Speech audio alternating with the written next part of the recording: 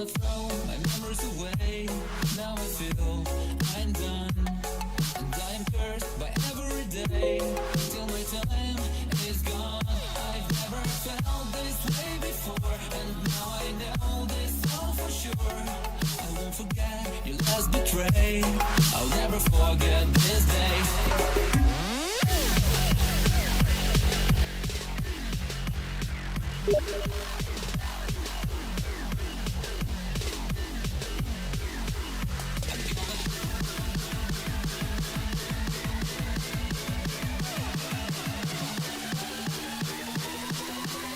I'll never forget this day.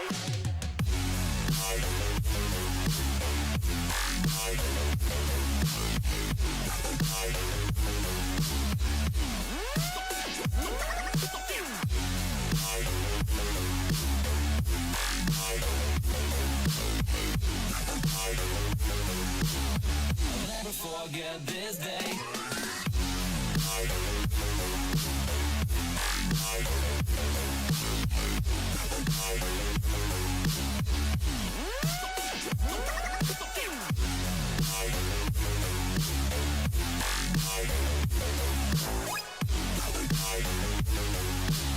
I'll never forget this day.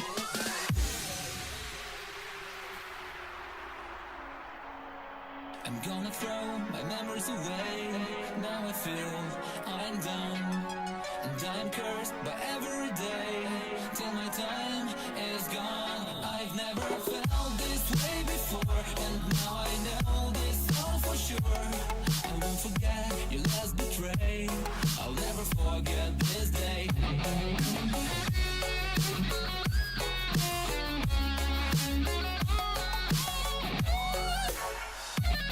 I'll never forget this day.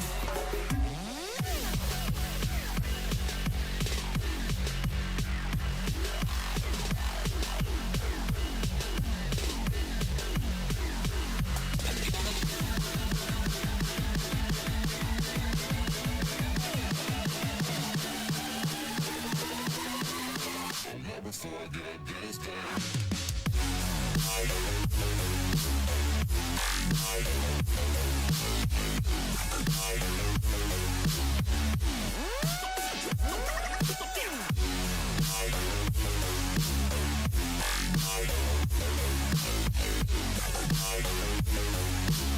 I'll never forget this day.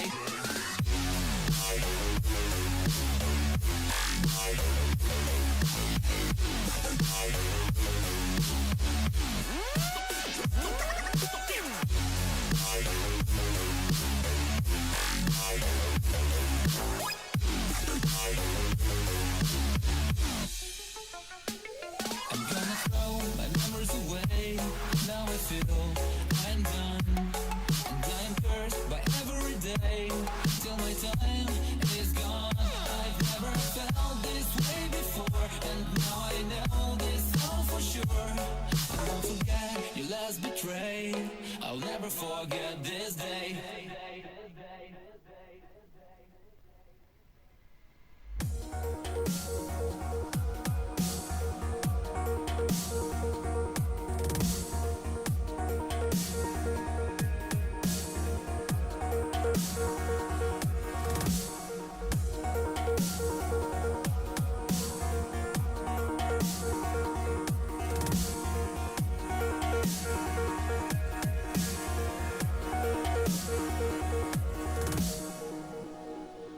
I can't believe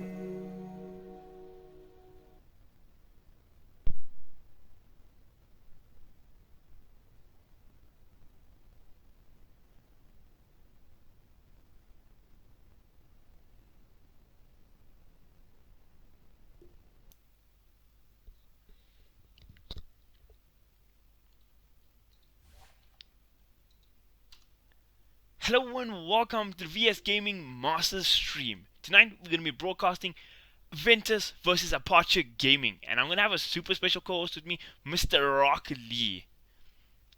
Oh, yeah. Thank you, Caramel. It's a pleasure to be here to be casting this Masters game with you tonight. It's going to be a doozy, I'm telling you.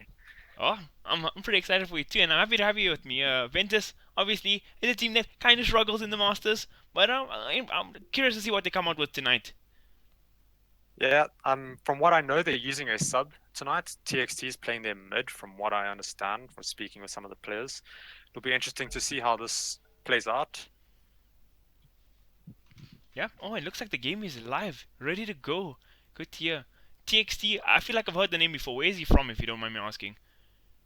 I actually have never heard of him before, so this will be him showing a preview of his skills for the first time to me. He'll be up against ACG, if I'm not mistaken. It's going to be a tough challenge for him. Oh yeah, for sure. I mean, I think ACG, for me at least, is one of the most more underrated mid players in SA. I mean, it doesn't like it feels like any game I watch of APG, even if they're losing and stuff, he's always doing well, either breaking even in the mid lane, winning the mid lane, and just doing well for mostly in games that I see. He's a pretty good mid player, I think, at least. Yeah, and they also give him a lot of help mid, like with their roaming support generally does a lot of work for him mid and just allows him to snowball. Yep. And talking about roaming support, Energy Esports ex roaming support Mr. Filthy Frank is back and ready in the team. So that's good to. It's quite a nice addition to have back in the team, I think. Yeah, running under the name Odu tonight, but we all know it's Faulty Frank. Oh yeah, it's Filthy Frank. Oh, we'll get back to him when we're casting Energy, but yeah, Filthy Frank is probably in the last leg of Masters Dota. I think he was probably the best roaming support in my opinion. He used to play really well for Energy, made so many like sneaky little plays. But now in APG, he's actually playing offlane for them at the moment. Yeah, so if he's playing offlane, what would that make their lanes So, like? so it's O'Malley in the carry position, ACG mid as always, Phalanx and Bob Yule still support, and Frank in the offlane. It's they're kind of running it differently. What I've heard from the players, they said it's kind of a temporary thing that they're running, and they're going to change it sometime soon. But for now, this is how it's going to be run. So okay, so they're just trying out different options, see what works better for their team yeah, composition. well, apparently there's a big announcement coming, so who knows? Who knows what's going to go on there? And APG first picking Darkseer. Yep, that's interesting. That's a classic APG pick. They go for it quite a lot, and But I mean, that was when O'Malley was playing offlane, so I don't know how Frank likes the hero. But Darkseer opening pick, I think, is a pretty decent opening pick. Yeah, they tend to run Darkseer plus like another aggressive support with the Darkseer and lane and just try to shut down the enemy carry as hard as possible. Yeah, and in the bans department for Ventus, they take out the Bristle back in the puck. That kind of leaves the clockwork, as you said, to just combo with the Darkseer in the pool. Yeah, I'm surprised they didn't go for first pick Clock. You know, the Clock SF. Yep. Well, they pick up the Crystal Maiden, another very favorite hero in the last 2 or 3 patches. Actually, been one of the top winning heroes, most picked, just an all-round solid hero. Yeah, very good support when he's facing a solo offlaner. But if they do an aggro duel lane, Crystal Maiden doesn't offer that much. That is a very good point to make. And there was a little nerf in 7.06D. Yeah, they nerfed his Frostbite, making it 140 mana. It's a huge mana cost actually increase on Crystal Maiden. She has to buy a lot more clarities now to sustain herself if she wants to jungle and have a lane presence. That is quite a good point you make. And yeah, like I feel like clarities on Maiden was like a given before, but now it's a much bigger deal. And they go for... Yeah, and there's their Darkseer combo with the Tusk. Yeah, but I like this pick coming out from the side of Ventus as well. The Sand King is a hero I like quite so much, especially in the early phases, because it can be run in both positions. It can be played as a 4 support, or it can be played in the offlane position quite successfully. So I like that pick here in the first phase. Yeah, so looks like Ventus is either going to go for an aggressive dual lane with the Sand King support themselves, or just a Sand King offlane, which also does apply a lot of pressure to most melee carries. For sure. They also take out the Ursa in the bans department, and APG looking for their 3rd ban now as well. I'm interested to see what would APG actually... Okay, so they ban out the TA. Looks like they kind of scared of maybe minus armor strats or quick Roshan strats. TA is also a really strong mid laner. Not much actually counters her at the moment. Yeah, and I feel like Tusk as well is... I mean, going with the Iron Child, let's say he TPs to the middle lane, or anything really. If he goes to the middle lane and tries to gank, he can gank most heroes, but a TA is not the easiest hero to kill. Yeah, without the Iron Shell, getting rid of those refraction charges, it will be a real struggle for him. That is very true. But yeah, TA taken out, Lifestealer now taken out for the side of Ventus. Kind of a standardish ban. But I don't know, Lifestealer... Yeah, Ventus is just banning out the strong solo laning cores, by the looks of it. Yeah, now that you mention actually 4 like strong solo heroes are actually taken out. I mean, the puck in the first phase, it's kind of odd to see it banned. I haven't seen APG played all too much, but I'm sure maybe it is a new strat they're running. I haven't seen all that many games of theirs recently. Yeah, it's just one of those picks. You pick it in the 1-2, and it can either be off lane or mid. So, like, I don't think they want to give them that option to be able to keep their draft super open. All right. I mean, when you watch, like, especially watching Epicenter, right? The panel used to speak a lot. Especially Malini always made the case to ban out that puck against Evil Geniuses right from the get-go, because if you give them that puck in the first phase, you don't know what they're going to do for the whole draft, because you don't know where that puck is going mid or if it's going in the offlane. And like Sumail and Universe are two players who are exceptional on the hero. Yeah, I think EG is one of the first teams to actually pioneer the like puck mid or off lane in one team to like keep their drafts open, and it really works out for them. For sure. But hey, Mr. Nahas was right, and Liquid won the Epicenter. Like, everybody is surprised. Yeah, that is true, actually. I would not have put my money on them. Yeah, when I was watching them in the group stages, I just thought they weren't playing at well at all. They drafted one game like Anti-Mage Invoker, and I was like, okay, this team just doesn't have it together. But whoa, they players really put on a performance in the end. GH almost single-handedly bringing... Earthshaker. Yes, it's so good. Crazy off lane. stuff. Yeah. Banning out Storm, another maneuverable hero. Yeah. Storm's word banned out now in fourth. So okay, they ban. So do you think it's actually okay? I guess fourth ban is kind of the right time to take out Storm Spirit. So maybe like you said, they're worried about maneuverable heroes. Yeah, it's probably just so they have the rest of the next two picks probably like planned out in their head, and like they probably don't match up well against Storm. So they probably just don't want to be able to face it. They're probably going to have a draft that doesn't have enough lockdown for it, or their mid laner is probably a melee or something that just Storm can get too much farm from. All right, and like Doxia and Tusk, two heroes already shown that don't do all that much to Storm Spirit as well. Yeah, like Tusk not very good. Doxia does nothing against Storm, so yeah, it's a good ban.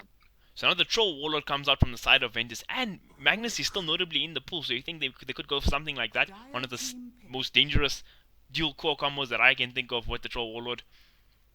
Yeah, Troll Mag, really strong combo, allows him to farm really well. Also, Mag in the offlane, pretty hard to kill, but Rubik is actually really good against Mag. Can just like lift him as he tries to scare away, and then like Mag can't do anything. That is very true, and I feel like Rubik is a nice hero. Maybe it hasn't been all that meta anymore, but I still feel it's like one of the strongest supports to deal with like even aggressive heroes, or just to make kills happen in the early stages of the game. It's in the laning phase at least. It's one of the better supports for that. Yeah, it like dropped off in the meta like really harsh, like once the patches came out, but now it seems to be making a resurgence. I'm pretty sure Liquid ran it at least once in Epicenter, so it's coming back slowly. They did, and most notably Team Secret running the Yapso Rubik was very impressive. Okay, so Ventus' draft is still very open. They have the Sanking and the Clock. Both of those can play 4 or off lane, so you're not too sure who's going to be in the off lane. Clockwork, though, notably against Rubik is really bad because he can just lift you out of your own cogs and drop you on the wrong side. Oh, actually, yeah, that's an interaction I never really thought about, but yeah. Like you said, the draft is open, so that is they have the options open. So playing a little mind games with APG right now. Yeah, the draft is very open. APG picking up the Queen of Pain. Very aggressive mid hero, especially with the Tuskar. You can just dive that enemy mid like super hard over and over again and get kills. Yep, and then you're taking out TA, probably one of the better heroes to survive that sort of onslaught. So what do you think would be like a good mid hero to pick up here if you Ventus right now? If I was Ventus, they have a lot of team fights, a lot of stun, a lot of control. They got a good right-clicking carry. They need a mid that can like survive, but as well as contribute to ganking in the lanes, because I feel like they're going to struggle to get kills in the lanes with their combos. All right, that kind of makes sense. But yeah, I'm curious to see how Mr. ACG does on the Queen of Pain. I've seen some pretty impressive performances from him on it. I wasn't really at the Masters Cup land playing against you guys. XD, he played a monster game to secure that route to the winner bracket. His Queen of Pain is really good. Yeah, he knows what he's doing on that heroes. He knows how to position himself. I'm actually just concerned about what can Ventus pick here. Most of the maneuverable mids are actually banned, so Sniper's an option, but Queen of Pain and Tusker will destroy that. It's a pretty hard game for a mid pick right now. Yeah, and we see the Clockwork, the Shadow Fiend is in banner. That'll be like the automatic thing we tend to go towards. But I mean, against Tusker, Queen of Pain, it's almost impossible to play that kind of hero. Yeah, Queen of Pain just dumps the Shadow Fiend. Even with the cogs in the early game, if you don't play the lane right, you make one mistake, Queen of Pain just jumps on top of you and kills you. Yep. And was the TKC was telling me against you guys game the other day, he was playing the the Shadow Fiend with the cogs souls at the start, and Castaway's Queen of Pain, he just destroyed him. Like he missed his block because they went for the first blood attempt, and it was just impossible to lane. Yeah, especially if you don't get your block against the Queen of Pain, she just dominates the lane. She just walks forward, just continuously daggers you, and you can't even trade with him. And now what do you think about this last pick? Faceless Void, what I assume to be a carry Faceless Void. It kind of has to be. It's a very interesting pick. Like, they don't have much to actually go with the Chrono. They have Vacuum into Chrono and then Queen of Pain spells, but other than that, Faceless Void, very hard hero to kill. Chol can't really lock the hero down by himself. He'll need stuns. Crystal Maiden's got a root, which is pretty decent. Sand King's got a stun. But if they don't actually kill the Void within those stun durations, it becomes a disaster. Yeah, and Void is like a hero. Like watching OG in the beginning stages of Epicenter, I thought it was kind of a joke pick. They picked it up for no tail. He bought a Battle Fury and I was like, what is going on here? Faceless Void back in the meta, but then a lot of teams were tending to go for that Faceless Void carry, and it seemed pretty good in times, seemed terrible at other times. But I'm interested to see how Mr. O'Malley plays it this game. Yeah, it's one of those carries that if it doesn't get its farm, it just falls off really hard. But if it gets its early game farm and starts getting those chronos off, it can just win your team fights. Ventus went for 2 range supports and a range carry to deal with this Darkseer Tusker. Looks like a remake is happening. Okay, sweet. Let's go find this lobby. We are these gentlemen. I just hope they didn't start without us. Feels so bad, man. 40 franc. Let's see if it's up. Few lobbies.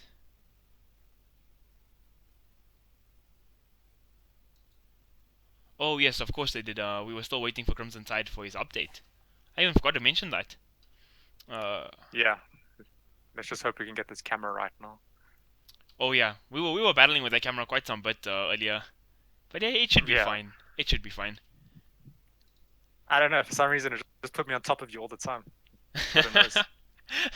Oh, please, David. Please, David. This is a stream for kids. I'm jokes. just saying in skill-wise, man. Oh yeah. You know, you got probably like more than 1,000 MMR difference between me, so yeah, that's a given. I would hope so, Mr. Masters player. I'm just a mere pleb casting Dota 2 games. Let's just not speak about my MMR, please. It's embarrassing. So what is the consensus? When Hunter, if he ever reaches higher MMR than you, like what is your plan then? I mean, are you just please, gonna... man. Hunter is right now on the consensus of if he drops more MMR, he's getting kicked. He's nowhere near me.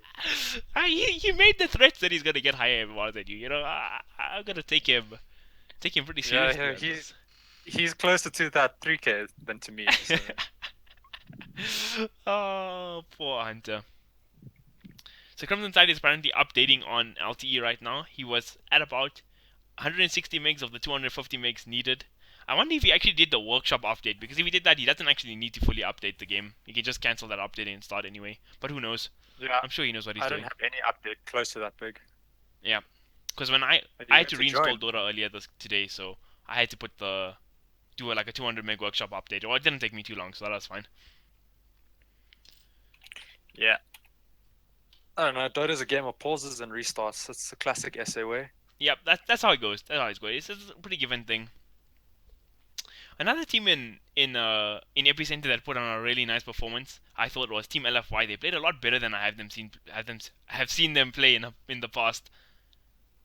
Yeah, I unfortunately didn't watch those games, but I heard that they just went monster and like completely showed their actual skill compared to how they've been performing in previous lands. For sure. And if I'm not mistaken, Mr. Afu was a new addition to the team, but I could be mistaken on that. I don't know all that much about Team LFY. Yeah, I haven't been following Chinese Dota for quite some time, actually. I'm kind of watching the Summit here now and then. Yeah. It's quite nice at the moment. We have the Summit 7 going on right now and Galaxy Battles in China, so like 2 pretty decent tier levels of tournaments going on at the same time for us to watch.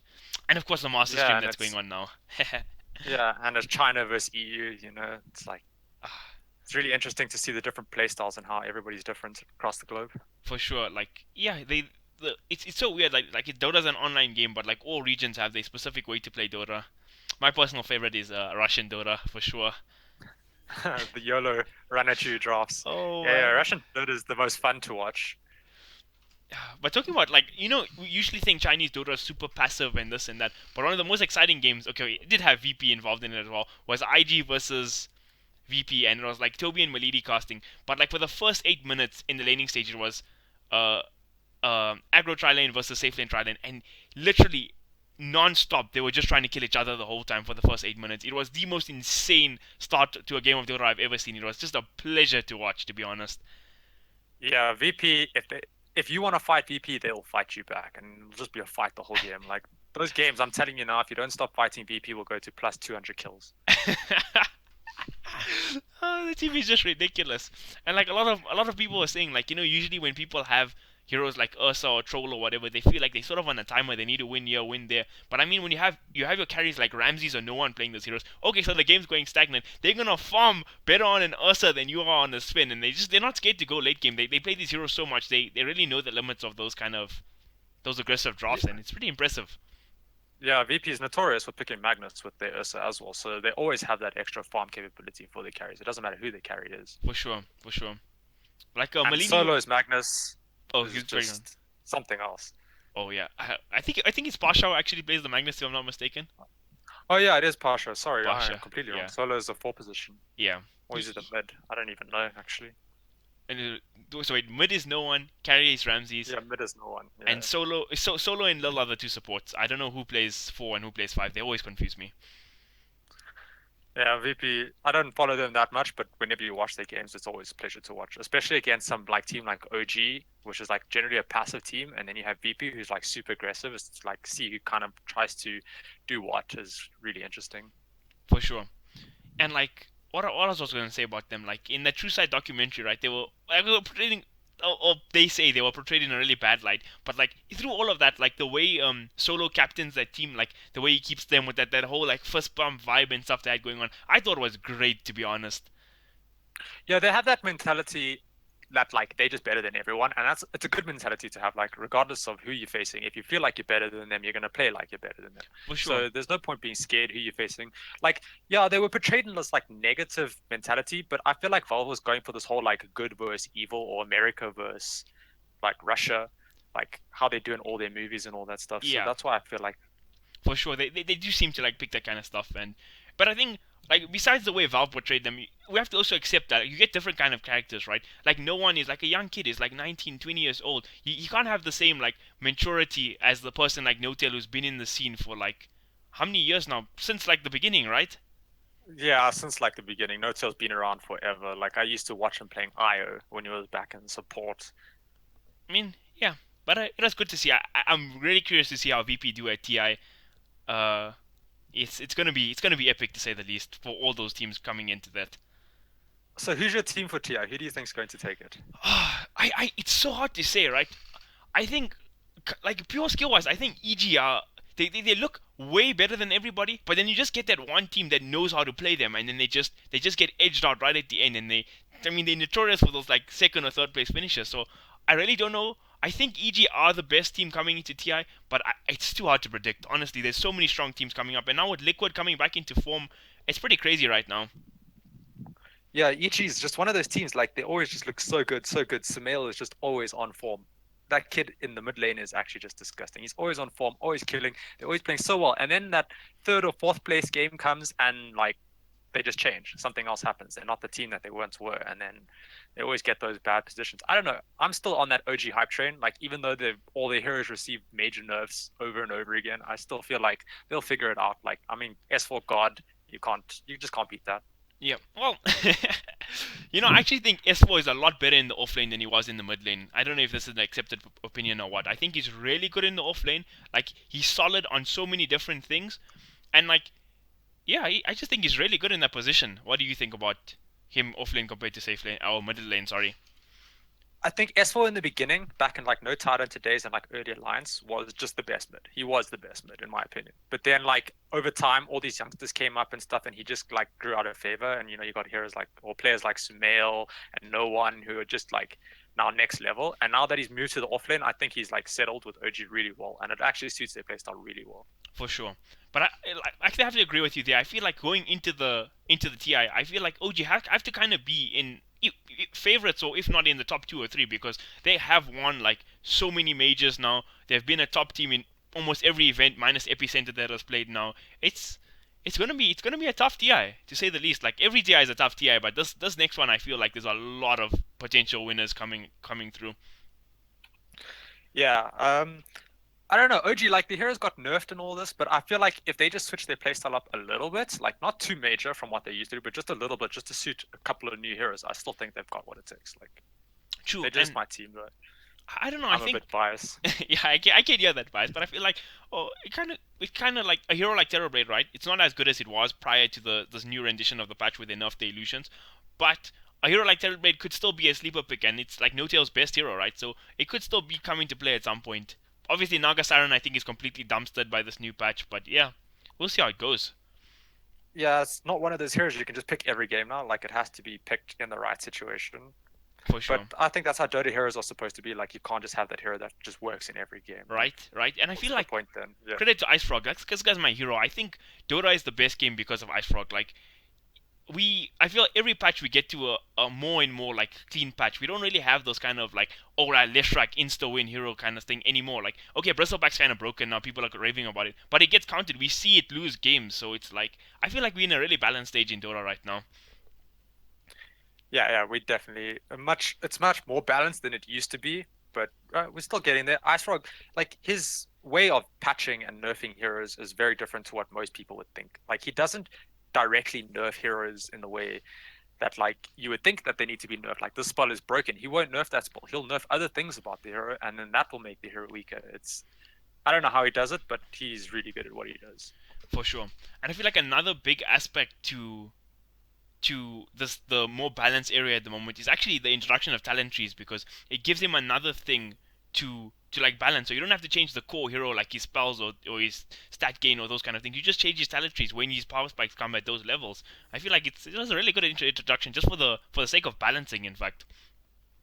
Yeah, and it added a whole new dynamic to Dota. Like when the talent trees first came out, like everybody was like, "Oh, this is turning to League of Legends," or "Oh, this is turning to some other game." But like literally, like what a week or two later after that, everybody just started loving the talent trees, and it just made Dota so much better. I mean, you always have those like set in stone people who just hate change. Whether it's a new car coming out, a new patch, or you have those kind of people like, oh yeah, Dota 1's the best, right? But like, you gotta give credit where credit's due, man. The way the game's played now, I feel like it's just getting better and better all the time.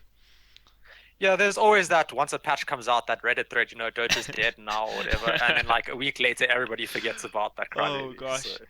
I don't know. I feel like, if I was a professional player, or let's say I was a hotshot caster or something like that, I don't think I'd be able to use Reddit. Like, the sheer amount of negativity coming out of our Dota 2 subreddit is just disgusting at times.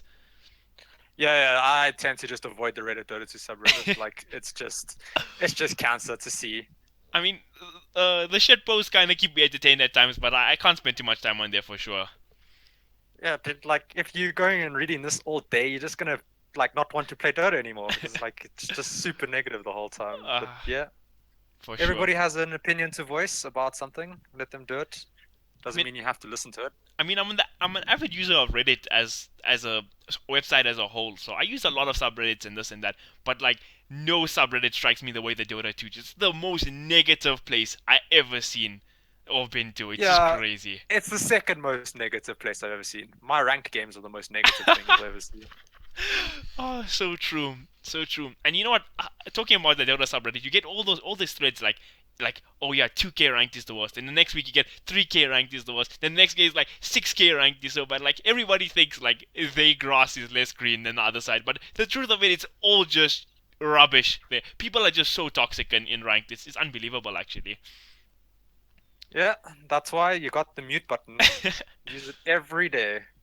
That is probably, I would say, the best feature. Like, if I play ranked, I have to use it. Like, you just see those guys at the start who, like, before the draft even happened, and they type in GG. Like, then you just gotta say, okay, you know what? To make this game enjoyable for myself, I'm gonna mute him, and then the game's usually better from there.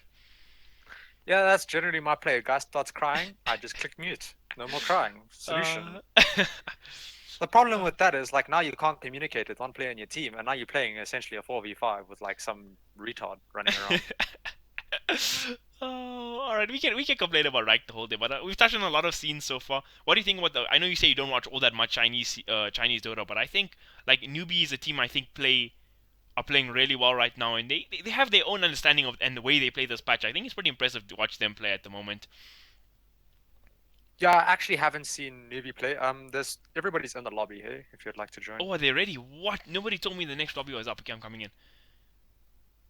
Where's the lobby? Can't you see it?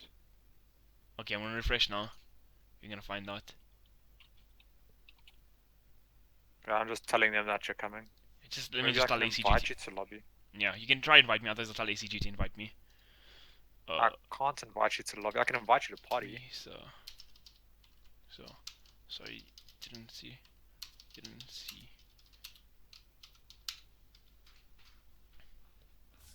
Ah, here we go. Oh man, I can't believe I held up this game. Okay, so join the slot first, and then let me join and see if it's working. Oh, Okay, oops. I'm in. Oh no. Ah, you see. Let me just come in. Just create a new channel. Okay, alright, I'm in. If it doesn't work, it's fine, then we'll just go. Like on stream, we'll still have my camera movement and stuff. People in game will just have to suffer to the wrath of Rock Lee. I cannot see your channel. Can you not see it? Okay, I'm gonna go back to the original channel. Can you see it now? Okay, yeah, I see. Okay, Yeah, okay, we're sick, good. it's working. Okay, so coming back to this game, Ventus vs APG, whose draft did you prefer?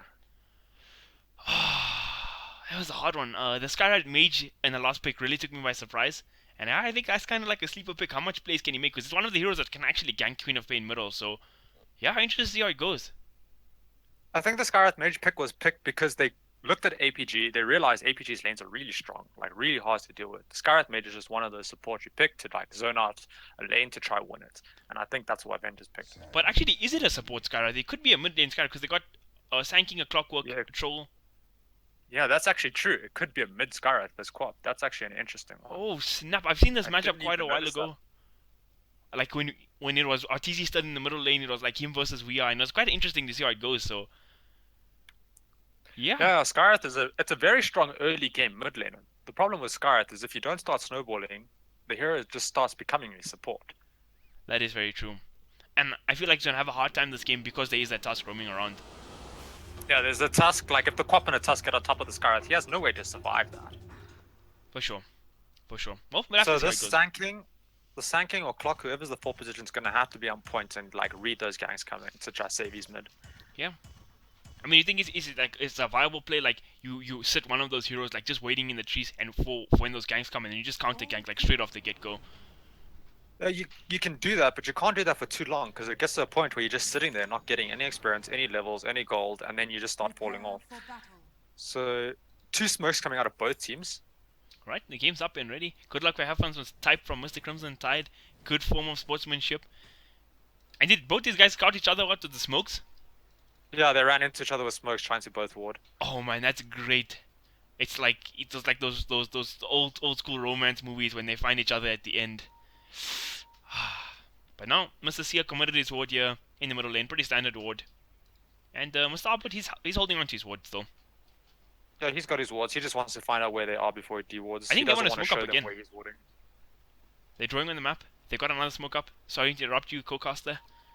Yeah, let's chill. Yeah, they smoke up again. First blood play could be in action going on right now. Can they do it? One's that's in a very good position. So is the Crystal Maiden.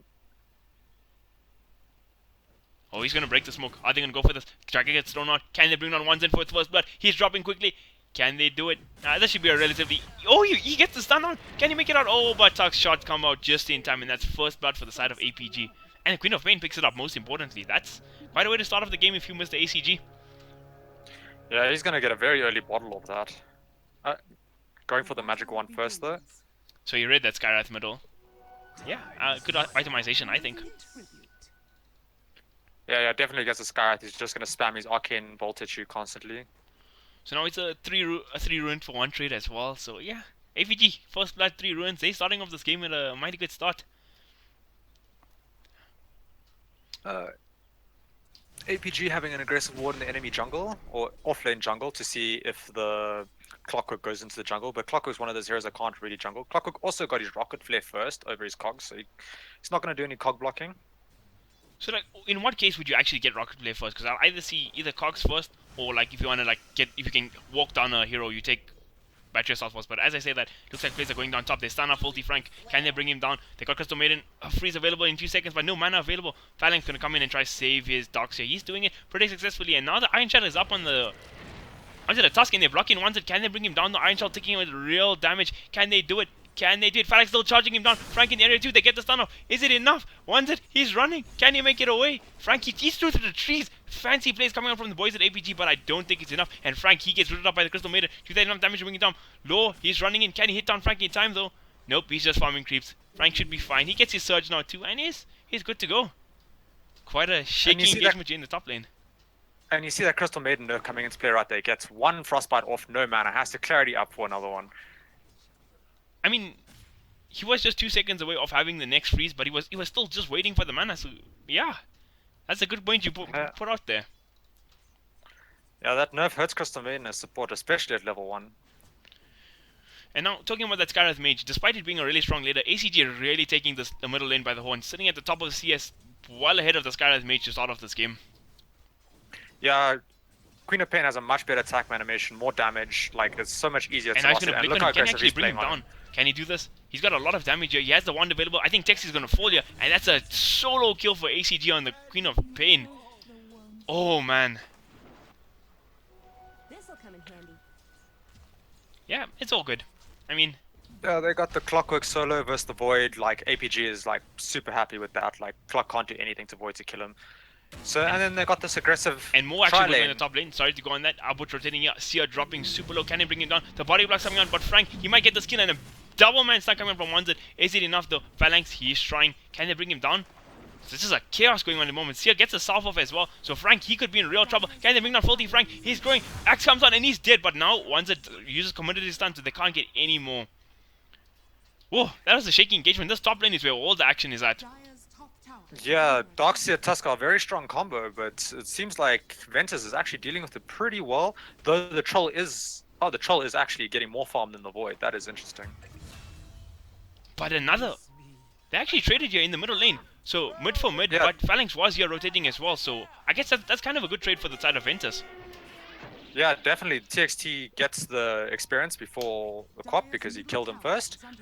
So yeah, it's good. It's good for the Tusk though. He also got levels for that, but Quap's still sitting a whole level above him, so mid's still going great for APG. Alright, so that kind of makes sense. Voidia, like you're saying, is actually farming worse than the enemy Clockwork. Crimson Tide having a good time. But I feel like once the levels start racking up on the Void, he should have a good lane, right? Yeah, once the level starts, he's just going to start hitting the Clockwork, and then when the bashes come, Clockwork's not even going to be able to lane anymore. Alright. Well, not effectively lane. So despite Mr. Tex getting the kill here in the middle lane, he's still sitting on just 7 CS. Has got his level 4 now, but he's actually not all that far behind experience-wise. Okay, he's actually a whole level behind ACG. But the Sand King is here. He's waiting, trying to make a rotation, but he's only got his level 1. And that's a scary thing against the Queen of Pain. The Queen of Pain gets to level 6 before you. He has potential to just kill you at any point with his ultimates. That is very true. Very, very true. And what do you think? The Sand King's waiting here for this gank. Can he actually get this kill on the Queen of Pain just with the level 1 Burrow Strike? He's waiting for the aggressive play for the Quap to overextend. But Phalanx are just sitting in the trees here, also looking for the gank. Queen of Pain bottles up a DD rune now as well. Now Tex, he's going to walk here to look for this, but he could be in real trouble. Phalanx is going to wrap around from the back. And ACG is going to blink in really aggressively. Gets 2 heroes in his scream. Can he bring them down? But they try to focus on the targets. But Skyrath does fall, and once it, he should be fine. Yeah, once it will be fine, but that was a really good play by APG. They just had their Tusk waiting, and Ventus overextends or tries to go for Rune, which the Queen of Pain had already, double damage, and easy kills. Yep. And I feel like if they focused, like it feels like they split up their targets. They went on one hero and they went on another hero. But talking about split up targets, they're gonna make it the roll up onto Mr. Crimson Tide. He gets his cards off, but he's stuck between a rock and a hard place. He couldn't fall. O'Malley's salving up. Can he get the bashes off here? 1 hit comes out, 2 hit comes out. No bashes just yet. But the bash finally comes out, and Crimson Tide should be in dire struggle. He's dead. Talk about being stuck in a rock and a hard place. Don't you mean it's ice in a hard place? Oh, I was trying to think of like a fancy catchphrase between like ice shards and cogs, but I couldn't come up with anything. Yeah, neither could I. But Troll's still actually getting the best farm in the game, despite facing a Darkseer, which is pretty interesting. How do you feel like Troll fares against a Darkseer in lane? I feel like he's probably one of the better heroes to deal with Darkseer in lane.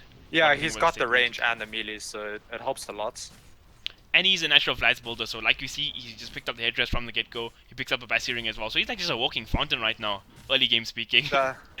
Not even going for the boots. That is quite odd, but Troll, I feel like Troll is just that hero that has so much going for him. Like, it's just the way the hero works. Like, good movement speed, range and melee. Oh, as I'm talking, a kill goes down the middle. Using Sonic Wave to kill Crystal Maiden mid solo. Oh man, how did I miss that? So sad.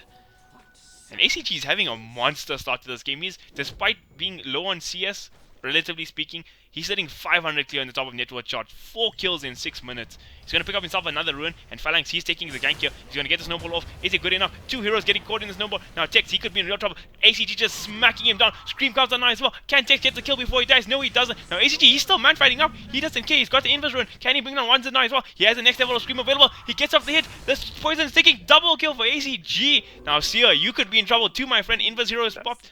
And okay, I think Seer's fine. But whoa, ACG is unstoppable right now, to say the least. But hookshot comes out from Crimson Tide as I say that, but the freaking shrine gets popped. Now Phalanx, he tries to roll in. Crimson Tide just doing his best to man fight up, but can he do it? He's man against the world here. But Kakashev's shot comes out from the Scarlet Mage. But Crimson Tide, he's still trying to bring him down, but Crimson Tide falls in the end. And another kill the way of Mr. Chad, ACG. Oh man! Phalanx played that so well. He just blocked off the hill. The Crystal Maiden and Scar couldn't even come help him. He was just completely on his own. That was a really good play by Phalanx, eh? Alright, I didn't even notice that. That's why I have a co-caster here today, people, you know? He sees things that I don't. He just blocked all the help, and it was an easy kill. Well, I say easy. The Quap barely survived, but... Hey, this Quap he's going to snowball. ACG is definitely going to snowball this game. With the start he's having, getting kill after kill, 7 and 1, like... They're going to have a tough time dealing with him, especially if he gets items to deal with, like the silence or the freeze. BKB, Lincolns, anything like that, they're not going to be able to kill him, and he's going to dish out crazy amounts of damage. I mean, I just have to agree with you there. He's sitting on 7 kills in 7 minutes. That is just an obscene amount. Yeah, kill a minute. That is very rare to see. Especially in the first 7 minutes of the game. Oh my god, it's so good. But yeah, in the top lane, the Troll Warlord is kind of more or less free farming. He just finished his Vlads up straight away. He didn't even buy boots or anything, like you said. That's an interesting way to do that, and he actually has space to do that. Like, with all this action going on, he can just push out this lane with the Vlads. And he's relatively tanky with it too, the amount of armor he gets. He's all Gucci. Yeah, he's not looking to help his team out at any point right now. He just wants to farm, get his items, and try and carry them in the late game. But on the flip side, Mr. O'Malley on the Void is farming pretty damn well himself. He bought a Morbid Mask first, so I'm not quite sure. He doesn't have anything else Chef queued up. I wonder if he's gonna pick up like a sort of counter Vlads maybe. I'm not sure. Yeah, it could be Vlad's. Mask of Madness also used to be a build on Void, not so much anymore. He could just leave it a straight Morbid Mask and start going. Alright, sorry to interrupt you, but ACG's still going hammy in the middle lane. It's another kill. Alright, this is just getting ridiculous. I don't know what they're gonna do about this Quap. This Quap is just diving him under tower, and like these supports can't do anything to help him. Oh, and the 3 and 4 position for the side of APG also doing good work in top lane. They managed to bring down the Troll Warlord, so this game is a disaster, as Mr. Toby says right now. Another kill. ACG diving towers mid. Alright, this is getting beyond ridiculous now. He has more than a kill a minute before the 10-minute mark. Yeah, he's just diving them mid. Like, their supports are too under-leveled right now to deal with it. Like, they can't leave the Troll solo against the Darkseer and the Tusk. Like, they'll just roll him with the double Iron Shell and he will die. The net worth graph is already sitting at about 6k difference. In XP, let's just see the story here. XP, a similar story. 4k difference, 5k difference.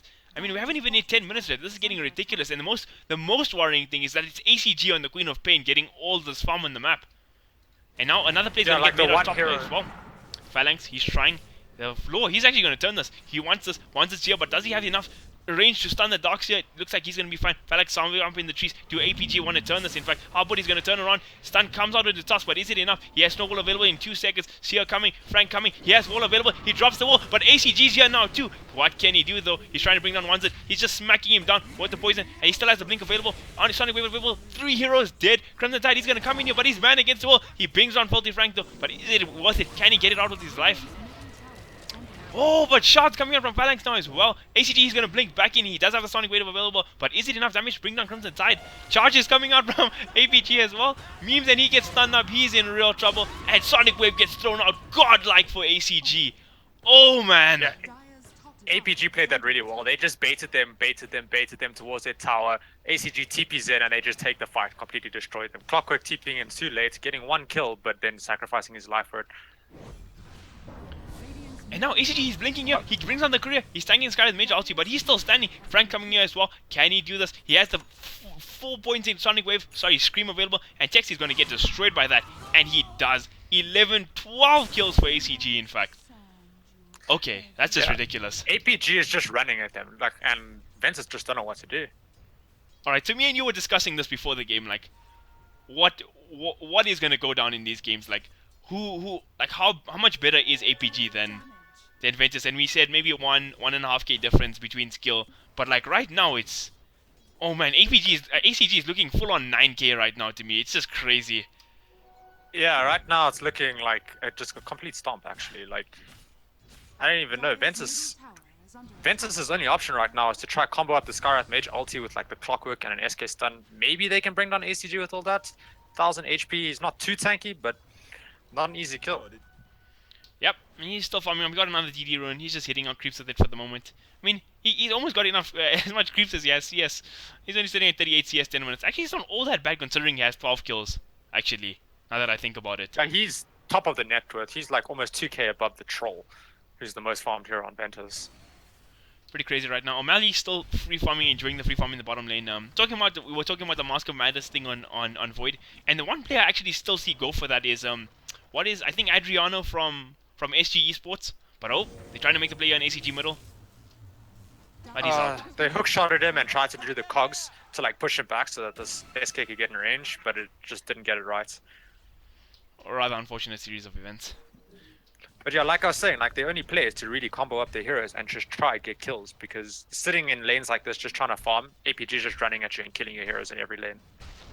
I mean, the most, and the plus side for the side of Ventus here is that if they kill ACG, they get like 1 million gold from him straight off the get-go. He's got like 10 minutes That in. is the optimal kill they want. If they can kill him, they get a lot of gold. They also want to kill the Void. The Void also has a lot of net worth. He's just been sitting bottom, doing what he wants, farming. I don't even think we've seen him rotate once for a Chrono this game. And there's been so many teamfights. I mean, you're gonna farm all this much. We're talking about rotations. He's just gonna TP to the top lane. This might be the fight they actually want to take. Phalanx, he's looking for the place. He gets a Sarge off onto ones, and he's gonna get the stun out now as well. He's actually stuck, but now he has no backup, and he might be in trouble. Troll gonna pop the ulti. Can he bring down Phalanx? He's going for it, but Phalanx just smacks him up in the air. Now Frankie's in the area. He gets off the vacuum. He's in enough. O'Malley's here too. He's gonna smack this guy down, and the Law is dead on the Troll Warlord. One's it getting the TP off, but can APG stop that? No, they can't. But it's probably mean a tier 1 tower for them. Yeah, this is definitely going to be a tier 1 tower push now, especially when your Void rotates like that. And Skywrath mid still just sitting on an Null Talisman, boots, and a bottle. He's too scared to even go close to ACG mid now, because he knows he'll just be dived.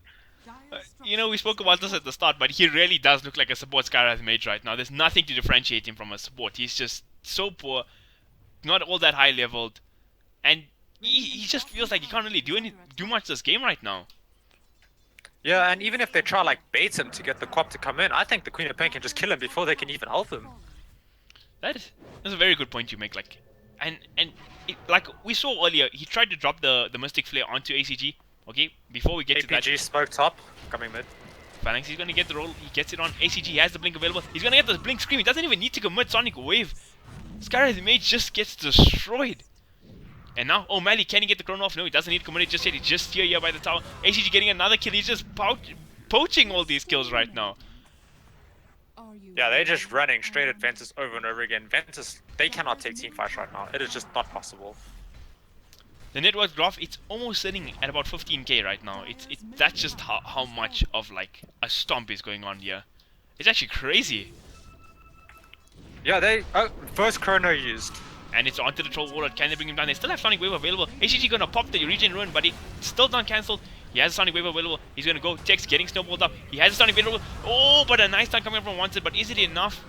He's gonna fall. 3 heroes dead. And this game is... Oh man, I don't even know what to say about it. I haven't seen a stomp this hard in like a really long time. It's looking really grim for Ventus. Like, they're diving tier 3s right now. Like, they have no worries. They've got the sustain, they've got an earn up, they're just diving and killing. It's pretty intense. I mean, the 2 other stomps that I can recall I have seen like this is IG versus EG, pre-TI4. I don't know if you remember that game, the 22-0 game, or last week in Epicenter. IG versus EG again, where EG beat them like 25-1 or something like that in like 20 minutes. It was pretty insane. There was also the Liquid game that they beat. I can't remember who it was. It was like 18-minute game or something, like complete stomp. I think it was even in the finals. Oh man, I didn't actually see that game. Now that you mention it, I should go check it out. Yeah, it was quite a stomp as well. Oh, actually, I know which game you're talking about. Miracle was playing Invoker, right? Yeah, with the Sumail Potter mid. Oh yeah. Now O'Malley, okay, he's just scaring away the troll on top. Yeah, he's just sitting top farming. He has no care in the world. Like, there's almost no way they can kill him unless they use 3 or 4 heroes. Yep, he's pretty damn big right now. He's gonna go for Diffusal Blade up next. A very conservative build considering how this game is going. I mean, I don't think I would have had a discipline to go like that. I would have just bought like Mask of Madness, Hand of Midas, and just did something crazy. Well, this game does have some stakes for APG. APG winning this game, or like the series, should I say, does secure them a top 4 position in Masters. Whereas Ventus winning or losing this game pretty much still secures them bottom 3, and they're gonna have to play through Community Shield. Talking about that top 4 finish, if I'm not mistaken, Pulse beat APG in this Masters leg, correct? Yes, but so now this is what it comes down to, right? If APG win this, they're above Pulse. But if Pulse then beat DC, they'll be tied with APG, and APG will be below Pulse because Pulse beat APG. That is. So this game is important for APG.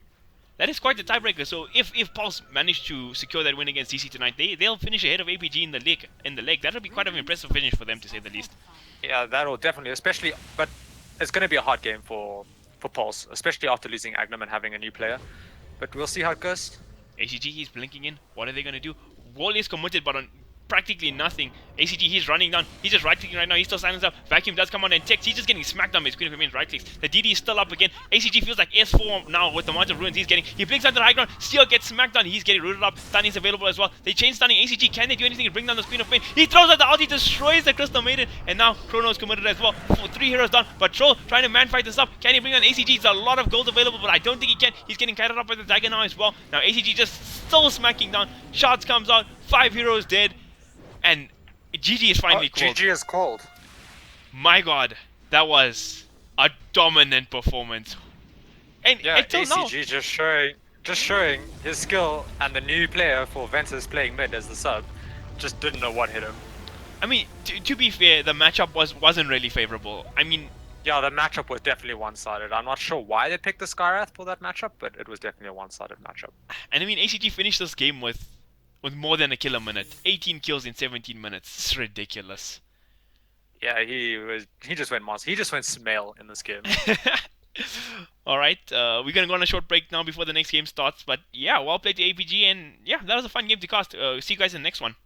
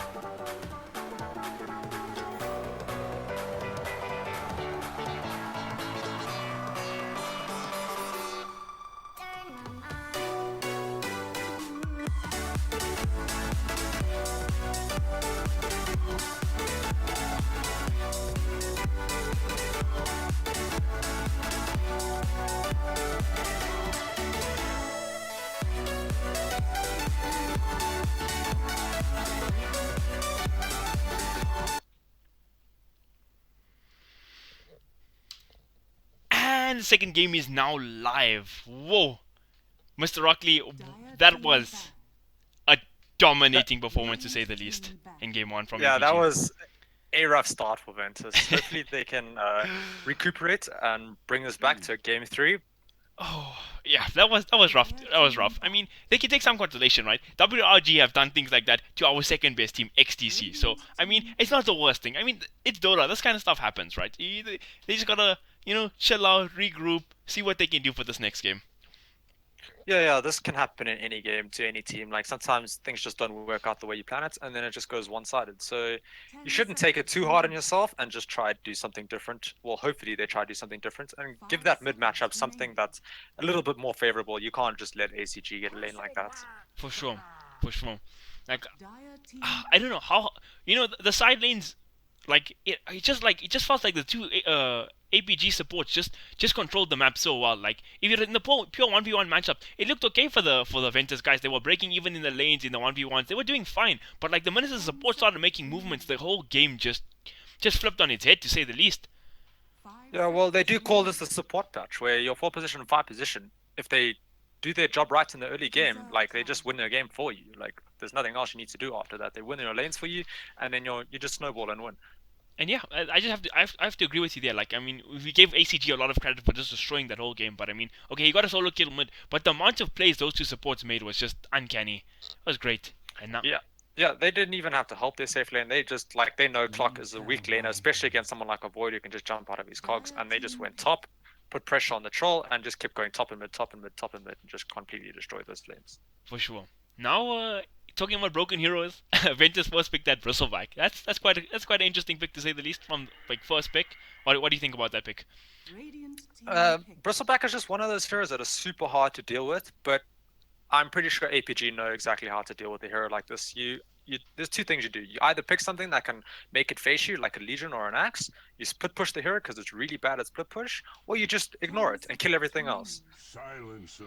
All right, and now, okay, this is an odd pick, right? So they picked the Bristleback. Now, my thinking would have been they go for something that combos really well with it, like either a Wisp or like a Dazzle or something, just enable that Bristleback to do ridiculous things. But they pick up the Silencer, so that's quite a strong team fightish hero now from the get-go. Yeah, it's interesting because like APG opened up with Winter Weapon. This is a hero you don't see as a first pick very often, and then straight into the Phoenix. Now Silencer is like a straight counter to Phoenix. You check your last word on the Phoenix, it can't dive away. It dives, it can't cancel its dive, it comes straight back, easy kill. So Silencer, I feel like, is just to block their team fights in a way. But if APG play around it, it's an interesting pick. Alright, and the Silence is also one of those heroes that it kind of does keep the draft open as well, because like we said, can be a support hero or can be quite a strong hero in the middle lane, like just pure 1v1 matchups. Yeah, the thing is, Ventus now, they have Bristleback Silencer. They have no lockdown, no stun, nothing. Now you got Phoenix, which is pretty maneuverable hero. Winter Wyvern kind of just, you have to blow up a Winter Wyvern. You can't leave that thing in the fight to just get its heals off and its ulti. So they need a way to actually stop those heroes from getting away or from getting their spells off. Alright, that is quite a valid point to make. So yeah, like we're seeing now, they have no real lockdown at the moment. So interesting to see what they go for next. No jump. Monkey King. Oh. Monkey King. Alright, what do you think about that pick? Okay, so Monkey King received the nerf hammer from Ice Frog after he got introduced, that broken hero. So interesting to see that they pick him up. I'm interested to see where they play him. Probably they've picked up both supports, or it could be a Phoenix offlane, but it's most likely a 4 position. So this is probably a core Monkey King. So either carry or mid.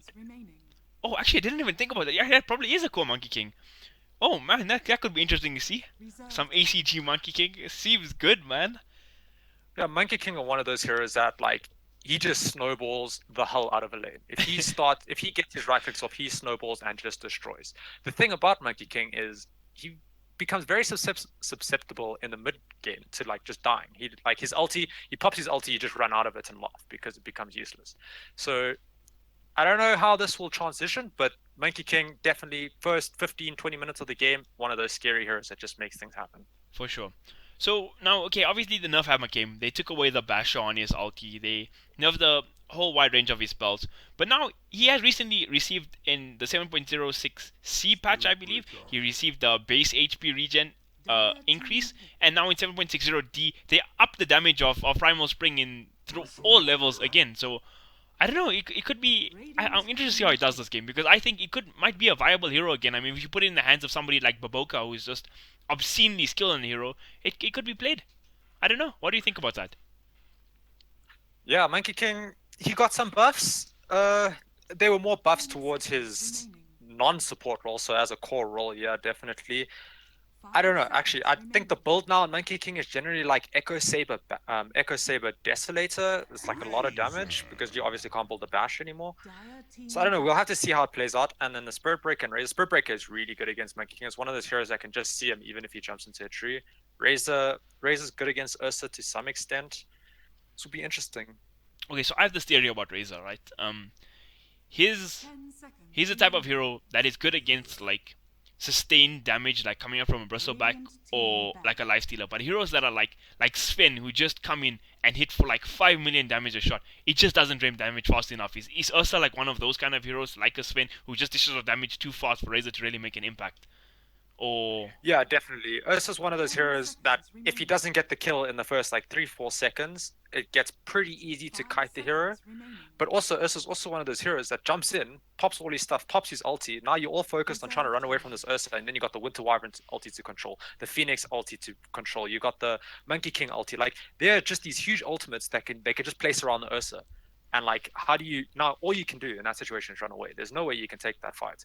So what I see is Ventus is going to have to fight really well against that around that silencer ulti. Like the second that silencer ulti is off cooldown, they need to use it to take team fights. If it is on cooldown, they cannot fight APG. There is just no way.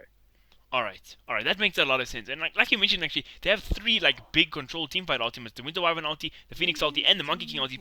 Like three of the biggest sort of AOE teamfight controllers. So it's quite interesting. And like you said, to have the Ursa debate all that stuff out. So yeah, it could be a sneaky little strategy coming out from the boys from APG. Yeah, this is definitely, it's a very good Ursa pick in my opinion. It's just going to bait the enemies to focus around the Ursa just for all these huge ultimates to just completely destroy them.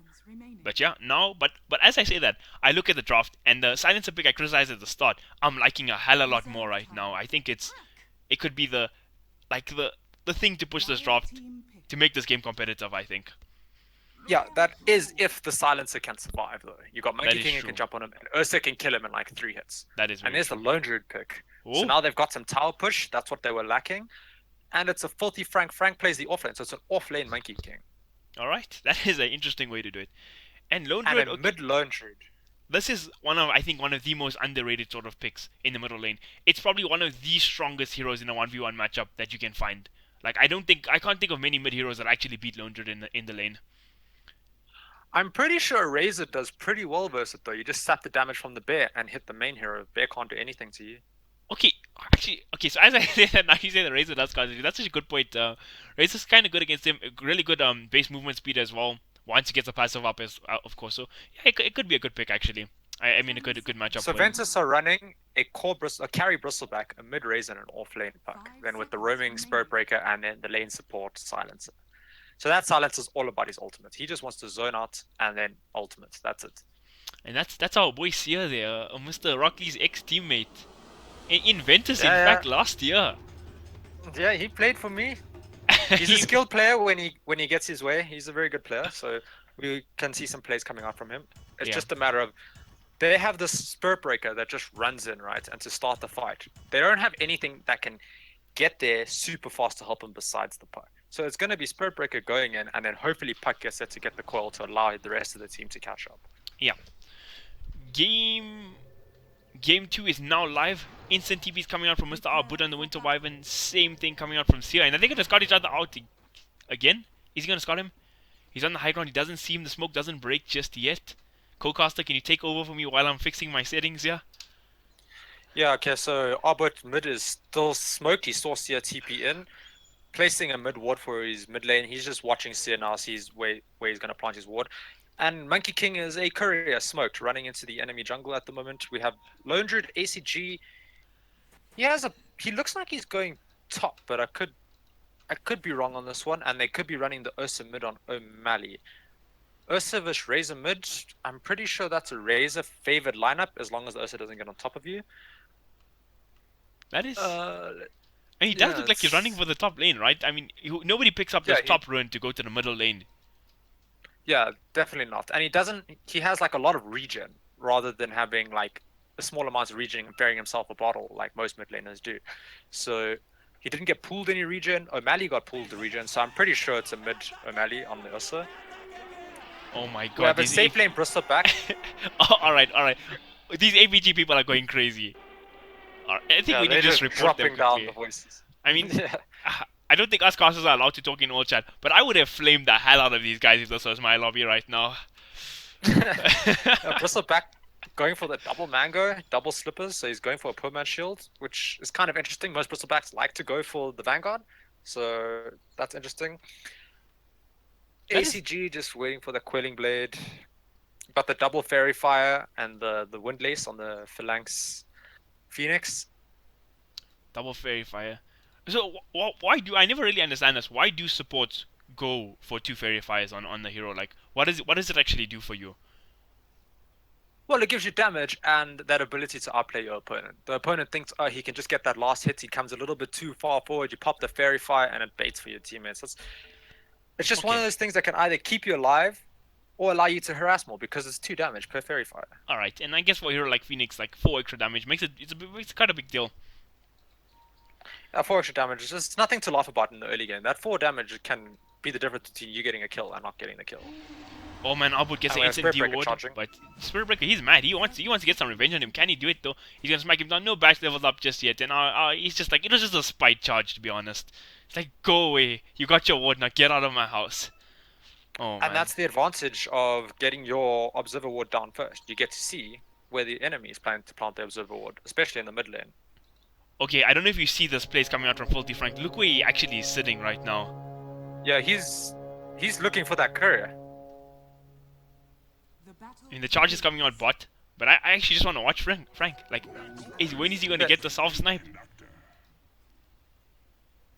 So, like, doesn't the towers pick him up here? Even he's sitting under The tower towers range. don't see him. You don't see him on your mini map. This is just Monkey King things, dude. It's so ridiculous, man. Oh my god. And he's going to get this. He's going to get the snipe, right? Like 2 hits with walking courier. Hey, well, unless Ventus has seen him, like actually looked at the base, see the courier there, and they just never bring the courier, and then they just laugh at Monkey King wasting his time. So it's a huge reward or a huge risk. It just depends on how it plays out. Alright, and like you said, in this middle lane, the Razor already starting his dominance, dealing 33 damage and making O'Malley's time not the easiest thing here in the mid lane. But Yeah, yeah. and Razor doesn't need that early soul versus an Ursus, so... Alright, this Monkey King is just ridiculous, walking on the towers. It's just so weird for me to see this kind of thing happen. And he's Yeah, it's Monkey King things. He's gonna do this. He's gonna hit him up. Just harass here. I don't think he can make any real plays here in the middle lane. Top lane should go pretty well for ACG though. Lone Druid versus Puck. And it looks like an off-lane Phoenix and a roaming Monkey King, so Frank is playing the roamer now, and Phalanx is actually just playing an off-lane. Alright. But that's about to change. ACG having fun this game.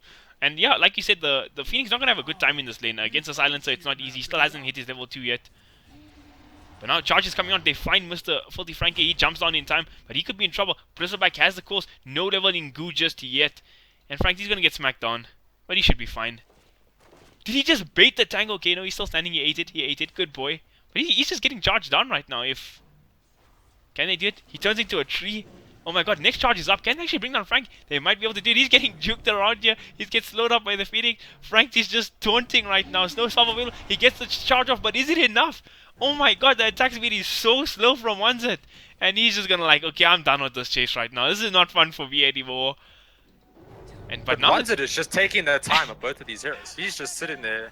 he's making space. This is the definition of space created. And Sia sitting here on the high ground. He has glaives available, smacking these guys down. He's got some regen. And yeah, Bristleback is getting the free farm at least. But Frank, he's looking for the play. He has Primal Spring ready. Can he do it? But no, once it positioning really good.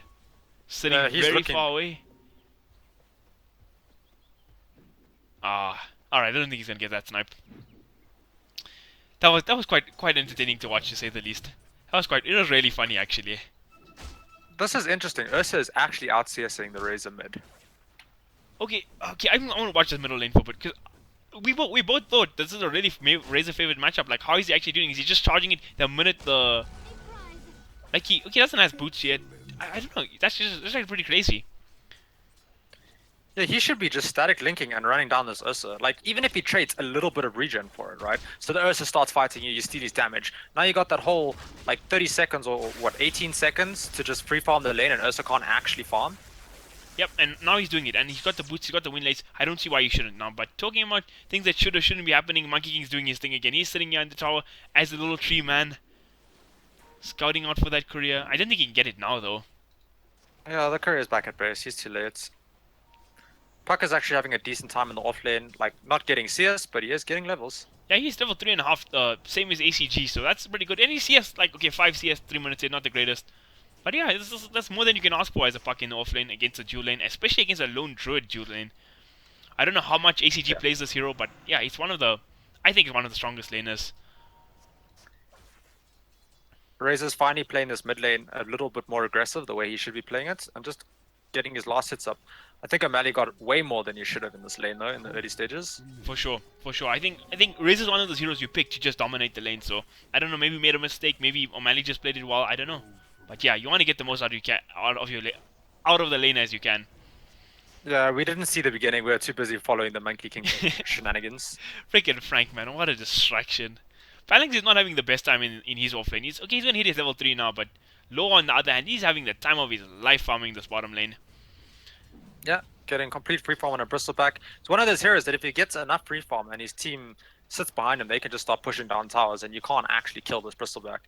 I mean, there is that like window in the game, right, where bristleback just becomes untouchable. He can just for like 2 to 3 minutes in the game. Talking about untouchable O'Malley, he's getting gone on your Barra comes on. He has the bash available. Does he have the RNG first hit? Bash coming in from one side, and first blood goes the way of Ventus. Frank coming in now. He's trying to disrupt the stuff. Can he bring down Tex? He's trying to. He's going for it, but Tex smacking so hard. Double kill for Ventus and for the Razor.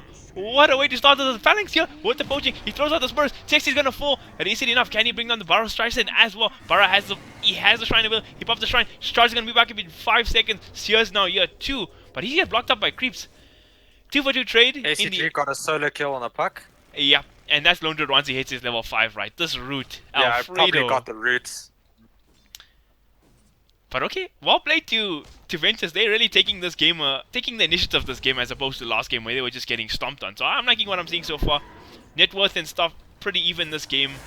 And yeah, we're looking for a much better game in the second game. I'm really excited. That was an exciting engagement for the first blood as well.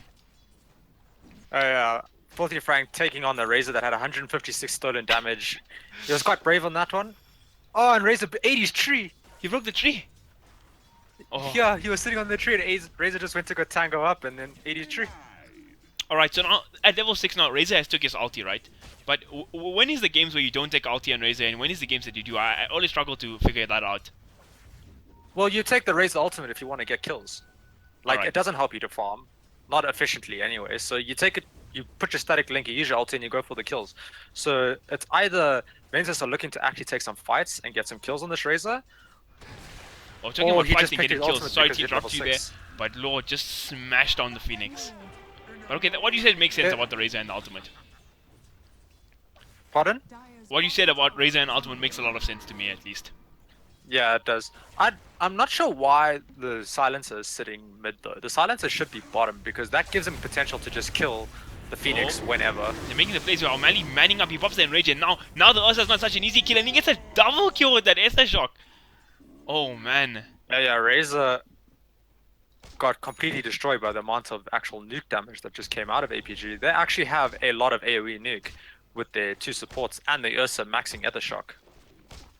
I mean, that was actually pretty crazy. Like, I think what Ursa hitting is 6, that those kills are not easy anymore because they throw so much on the Ursa, and he just pops the ulti. It's pretty insane. But now ACG is getting charged up to the top as well. Can they actually bring this down? The puck hasn't hit his 6 yet, but ACG still in the Mr. Bear, man form. He has a illusory orb available. Barra's gonna charge him, but ACG he's backed away. They cancelled the charge. It's all fine.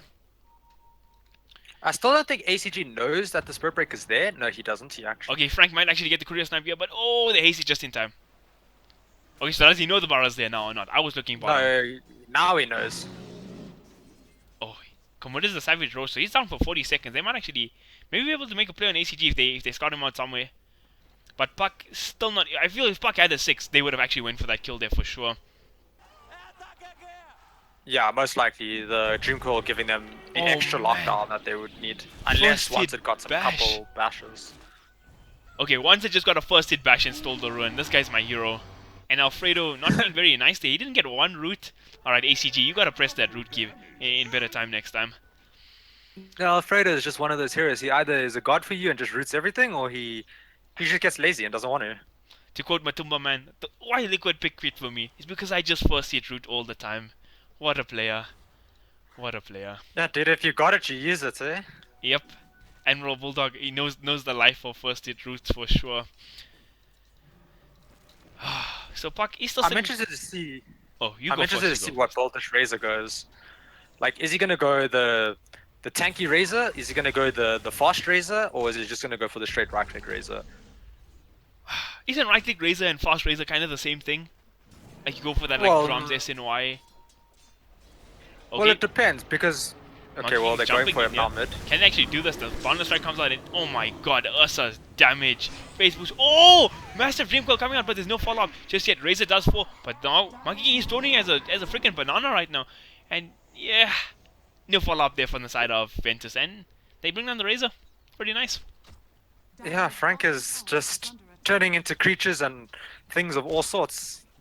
I don't think I've ever like I've seen Monkey King taunt hard, but Frank is just a whole other level. Like, Yeah, he's just having fun this game. And Phoenix is being dug down bottom.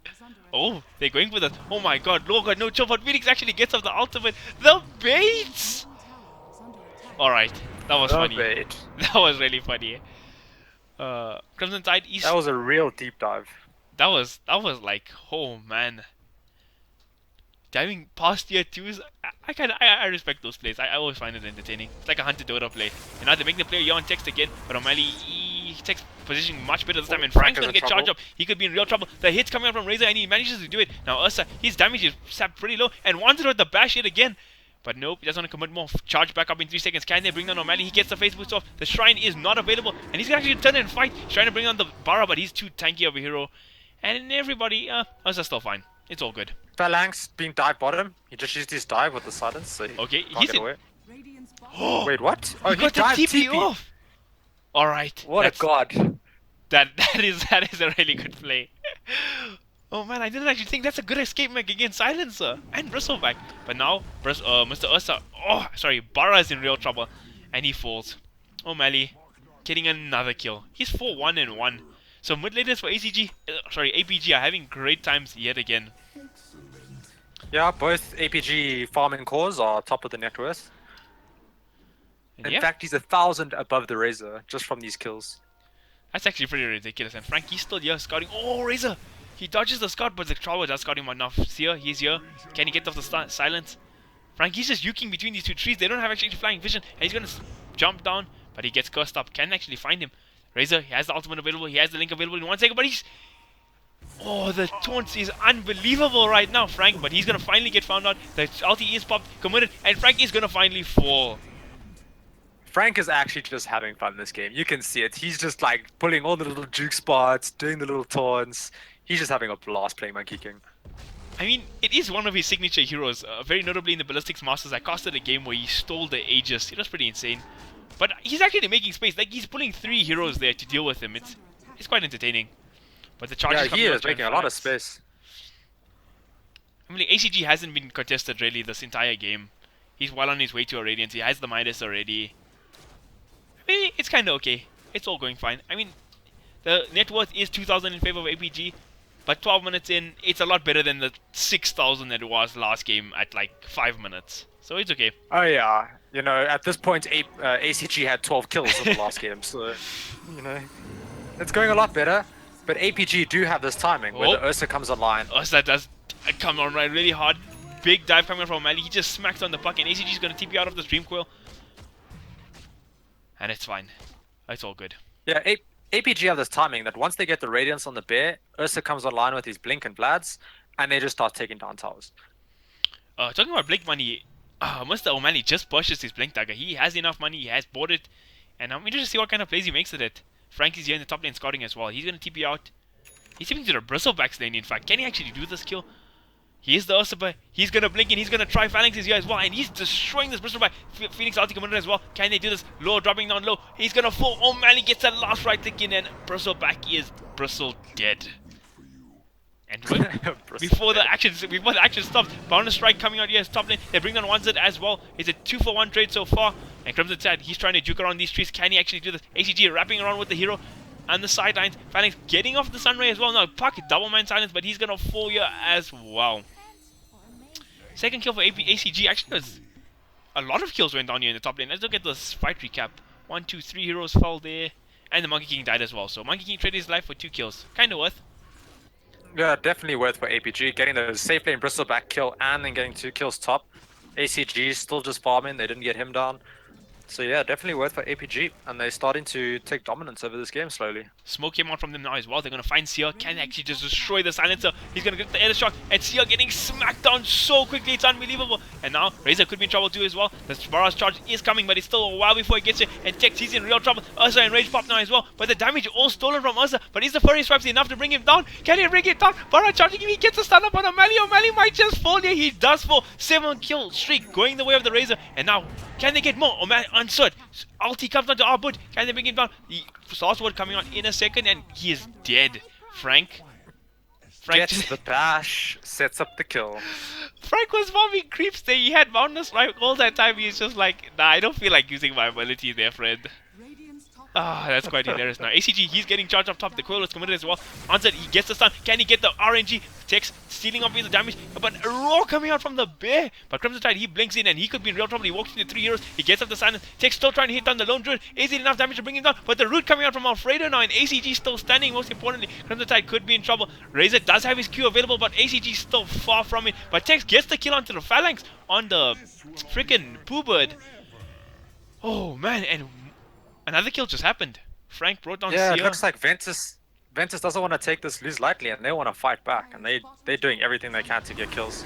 Oh, but Tex is gonna get destroyed here top. Easy to understand, he fell. But yeah, I have to agree with you that they're taking this game to APG. They're not just standing there and taking it like some little, you know, I don't even know what to say about that. But they're taking the game to APG this time, and I'm liking the way they're playing it much better. Yeah, much better than the first game. They're actually trying to fight them and like using their abilities better, and they didn't get like completely stomped in the lanes. So now they actually have a shot of taking this into the mid game and hopefully winning the game. And I would say they have 2 of the best mid-game carries in the game, Razor and Bristleback. Like 2 heroes that can do just more than they should be able to do at that point of the game. That's like their spike areas. And there's Bristleback, you went for Hood of Defiance and a medallion. Pretty interesting item. This is interesting because both teams have these mid-game fighting heroes. So you got Ursa and Laundry, those are mid-game. And then you got Razor, Bristleback, those are mid-game. So like this is just going to come down to a mid-game brawl, and whoever comes on top is probably the one that's going to take this game. Alright, talking about little fancy mid-game plays here. Ursa is blinking the Roche, but it does not look like Ventus no. And APG are showing in other lanes, so this could be a free Roshan and the first Roshan of the game for the side of APG. Talking about distractions, Phalanx making space here, and he falls in the bottom lane. And Frank, he could be in trouble now as well. He's getting charged off. The tree's gonna break, and he's stunned for a million years. First hit bash coming out from one side again. This guy is a Bara god right now. Crimson Tide, he's blinking in. He gets off the illusory orb. It actually doesn't hit on Frank, and Frank juking in the trees like a water player. He's still standing, gets a 2-man mono strike. He's running. He's super fast. Seer's here now too. 4 heroes getting distracted up by the Monkey King, but they finally bring down Mr. Filthy Frank. So they traded 2 heroes in that fight, the Monkey King and the Phoenix, for the Ages. I'm pretty sure Ventus is at least happy with that. At least they got something and didn't just give away free Ages. Yeah, that is very true. Lone Druid is sitting 1,300 gold away from his Radiance, and I feel like once the Radiance comes out, that's when APG is going to start doing the 5-manning and start just taking these towers. Alright, that makes a lot of sense. So, the Bristleback has committed for the Hood of Defiance, but what would you say? He looks like he's going for Halberd next year. Would you think it's a good to like pick up a pipe to like combat the Radiance in these fights, or should you just go for his like own DPS kind of items? I feel like he should, like, the Halberd, yeah, it's good against Ursa, like, it's pretty much a direct counter to the hero. He also needs to get a Solar Crest, which is generally a very big pickup on on Bristleback, so double evasion coming out on the Bristleback, so I don't know if he's actually going to go for the Solar Crest now, because having Halberd and Solar Crest is kind of, it's a bit weird, but we'll see. Okay, makes sense. Once it's charging again onto our boot, Filthy Frank, he's following here as a courier man. And they cancel this charge. And I feel like Have you actually seen Silencer ulti come out this game? I can't actually recall. Maybe my sound is not high enough or what. But have you seen Global Silence I being used haven't by CI? actually noticed it, no. Okay, so it could have been used. We just us casters haven't noticed it yet. And Mr. CI and the Silencer, despite playing against an Ursa, he's only actually died twice this game. It's not the worst thing ever. Playing very safe. Yeah, As you should. I'm just worried about Ventus's ability to kill the egg once Phalanx gets like a Shiva's. He gets to level 18, Shiva's, have to hit this egg 11 times. They don't really have these fast right clickers. So will they be able to take the fights around the egg? I'm not too sure. That is a very good point that you're making, and I haven't actually touched on. They don't actually have like a true like hero to hit down that egg. Like they don't have like a Juggernaut or like their own Ursa or a Troll Warlord. So this Phalanx could be the thing that tips these fights in favor of APG for sure. Yeah, I think Ventus, I hope they realize this, but they're going to have to play around the fact that these ultimates are going to get popped by APG, and you just have to get out of the range of these ultimates, and if APG overextend past the range of their ultimates, that's when you take the fights. Alright, and talking about hero timings, right, so the Lone Druid Radiant is going to come online in a couple of seconds, 200 gold, but another thing that's going to really spike them, like just a little bit over the edge, is a Veil coming out from the Phoenix. He does a insane amount of magic damage himself, but topped with the Radiance, it could be really scary coming out from APG, to be fair. Yeah, a lot of damage is going to come out of APG in these fights. They do have Bristleback. Bristleback does have a Hood of Defiance, and one of those known to be tanky heroes. Razor also one of those really fast heroes and generally built tanky. Puck, super elusive hero, and then Spirit Breaker, obviously a tanky 4 position. So they do have these tanky heroes that might just be able to survive. Alright, let's see how it goes. Looks like APG's gathering here in the bottom lane. They have a sentry down, they smoke up. O'Malley's still going to bait in the lane though, and the question is, Barra's going to get found here. Can they bring down Wanzet? It looks like they can. Radiance finally gets purchased, and Wanzet, he's just getting destroyed here, making space. He charges out. Can he actually make it away? 5-man escape! Alright, this guy's a god on Barra today. First Shadow it bashes. Amulets. That was so good. And yeah, I'm sure Ventus is just going to sack this tier 1 tower coming out now, right? Like, Yeah, but here it comes. You see the Radiance comes out, and instantly APG are 5-manning with the Radiance, just starting to take down towers. Alright. But it looks like the Ventus are quick on the rotations. Bristleback is TP top, and they want to siege up this tier 1 tower of their own. How quickly can they do it is the real question. I mean, APG did TP down a lot of heroes here to the bottom lane to push on this tower. The thing about Bristleback now TPing top is, if APG realize that he actually TP top, they can just take the tier 2 bottom, because there's no way Ventus fight him without the Bristleback. And that looks like exactly what they're going to do. They're starting to push out. This Lone Druid pops his, what is this thing called? Battle Cry. And they're smacking down this tower. It's falling so quick. I mean, this is the Lone Druid bear we're talking about, with Radiant. And this tower's getting destroyed. It doesn't look like Ventus I even want to defend this. Pucky's going to start TPing. 2 TPs actually coming on. But Frank, he has the Wukong's command. He's taunting it. Is he going to throw it out now? Finally, he does. And now he gets feared up. Global Silence does get expended. Coil coming out in the back. Can they bring on the Phoenix? But no, Phalanx dodges the stuff. And the bear, he's unaffected. He's silenced, but he can still right click away. And now Phalanx, he gets healed up. ACG, he's just going to TP out of this. Bristleback still TPing up. Oh, sorry, sieging up the top tier 2. But doesn't. Yeah, they managed to chase them away for now from the tower. Yeah, and they found Frank. So they managed to actually save their tier 2 tower and do a lot of damage to the tier 2 tower of APG. I mean, Mr. Law still hitting away at this tier 2 tower. They actually did about equal damage to the tier 2 tower. A little bit more in favor of APG, but they got a kill as well. So that's a very impressive fight considering that APG have Aegis right now and the Lone Druid Bear Radiance. Yeah, it did cost them the Global Silence, but I don't know. That's perfectly favorable for Ventus. I think they're pretty happy with that. They saved their tower. They did damage to their tower. The Bristleback got to farm a bit more. They still got they actually got a kill over them. So yeah, it's definitely in favor of Ventus, in my opinion. For sure. And now it looks like Bristleback is opting to buy a Black King bar next. So that is... I struggle to see how APG kill him with that BKB up. Oh yeah, but like I was saying, so APG went for this team fight. Their plan, their plan is just to ignore the Bristleback. Just leave him there. Let him do his calls and stuff. He doesn't do insane amounts of damage when he gets to the mid game. He does a lot, but not insane. And they just kill everything else. Alright, that makes a lot of sense. And actually, talking about BKBs, like they have a lot of stuff. Oh, I'm gonna get the pause coming out. But they have a lot of stuff that goes through BKB. Alfredo Root goes through. Yo, unpause. The guy's is DC'd. What? Okay, Seer is tilted right now. He's like, nah, we don't need that guy. We got this. Yes. What a savage. What a savage. Frank's like gonna report the guy. All chat banter is like my favorite thing ever. It's the best thing to talk about when you're casting. It's just the banter between teams. Oh Like man, none of these teams take the banter or like the insults seriously. Like for sure. everybody's actually just really friendly with each other, but it's still funny to watch. Definitely, definitely. Now it looks like Mr. ACG is going to be buying the Salt Cuirass next. He's not okay. He's still pretty far away from it, but yeah, he's still top of net worth, followed by O'Malley. He's just going for that tower pushing bear that's just going to hit the towers while his team sits behind it. All right, this is what most lone druids do. And now top lane pushing in for the side of Ventus. Oh, fine. ACGTP is back here to the shrine. Oh, he's gonna push out this bottom lane. Spirit Breaker actually is 100 gold away from a Shadow Blade on the Spirit Breaker. All right. That's a pretty early Shadow Blade for a 4-position Spirit Breaker. Actually, He did skip other items like an urn.